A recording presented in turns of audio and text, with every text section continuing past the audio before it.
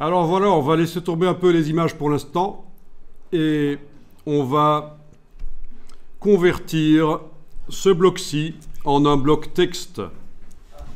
Donc pour le convertir, à partir du moment où un bloc n'a pas encore de contenu, c'est facile. S'il avait une image, pour le convertir en bloc texte, il faudrait que je retire l'image. On va le faire. Mettez une image dans ce bloc. Voilà.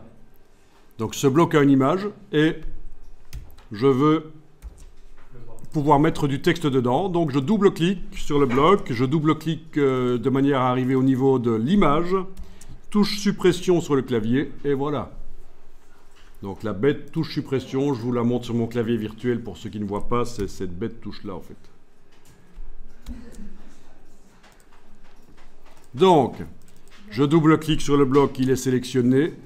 Pour le convertir en bloc texte, soit on a objet,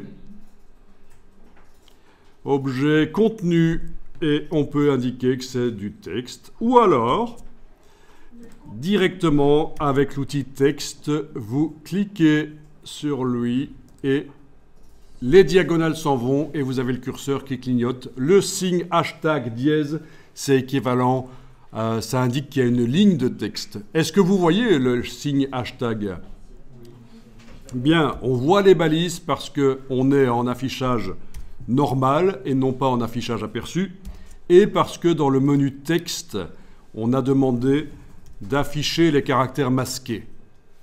Le document est arrivé avec l'affichage des caractères masqués, c'est-à-dire les balises qui indiquent les fins de paragraphe, les petits signes spéciaux, sauts de colonne, etc. Et donc, le hashtag, c'est une balise qui indique qu'il y a une ligne de texte à cet endroit-là. C'est très pratique, c'est très pro de travailler dans InDesign en affichage normal avec les balises affichées. Donc, dernière ligne du menu texte. Évidemment, ici, comme ils sont affichés, ça me propose de les masquer. Logique, mais je ne le fais pas. On va modifier la couleur de fond du bloc. Donc, dans la palette des outils, oui, vous avez le curseur texte qui clignote là. Dans la palette des outils, vous allez indiquer que vous modifiez... Non, il va falloir le sélectionner avec la flèche noire. Excusez-moi, je vous ai englué dans l'erreur. Donc, flèche noire. Ah, le problème, c'est que si je double-clique plusieurs fois, ça ne marche pas. Waouh! CTRL Z. Voilà, il faut qu'il soit sélectionné, mais pas le curseur qui clignote à l'intérieur, donc avec la flèche noire. Et donc là, on indique qu'on est en train de modifier la couleur du fond du bloc, et non pas de la couleur du texte qui serait à l'intérieur du bloc. Donc, la couleur de fond, la case fond est à l'avant-plan. Vous allez non pas double-cliquer sur l'échantillon là, parce que ça, c'est le sélecteur de couleurs. C'est très mauvais dans InDesign. Ça vous fait des couleurs qui ne sont pas nécessairement globales. C'est un système... je ne vais pas expliquer ici. Sachez juste que dans InDesign, vous avez vraiment intérêt à aller créer et appliquer les couleurs par le nuancier, menu fenêtre couleur nuancier, F5 sur le clavier, la touche F5 sur le haut du clavier si vous voulez le faire apparaître rapidement. Ok, je le fais ici. F5.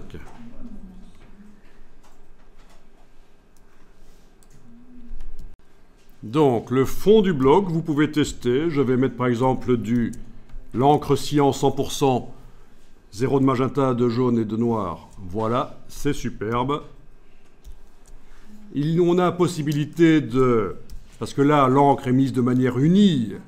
On a la possibilité de tramer avec le curseur teinte ici. Voilà. Ça, c'est une possibilité. On a la possibilité de créer une couleur, bien sûr, dans le nuancier. On y va. Menu de la palette nuancier, nouvelle couleur. Soit on la crée en CMJN, soit en RVB. De nos jours, qu'est-ce que je raconte? Depuis 20 ans, InDesign dit qu'il vaut mieux faire ces documents avec des couleurs RVB, même si c'est pour l'impression, et avec des images RVB.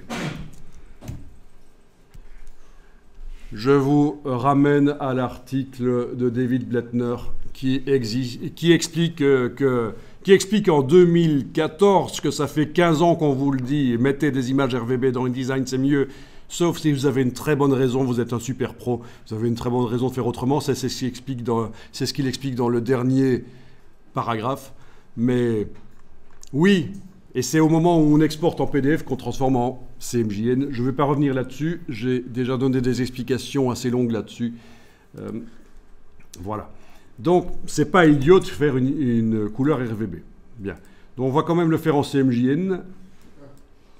Comme ça, on parle d'un petit problème, c'est évidemment le fait que si vous mettez l'encre noire à 100%, vous n'arriverez à faire aucune couleur. C'est logique, mais il faut quand même le dire.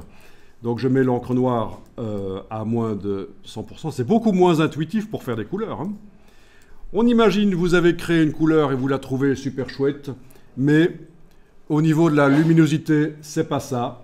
Il faudrait que ce soit plus foncé ou plus clair. Comment vous allez faire? Où est le curseur luminosité?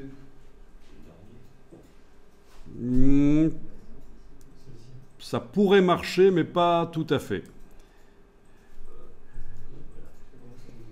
Touche Shift et on bouge.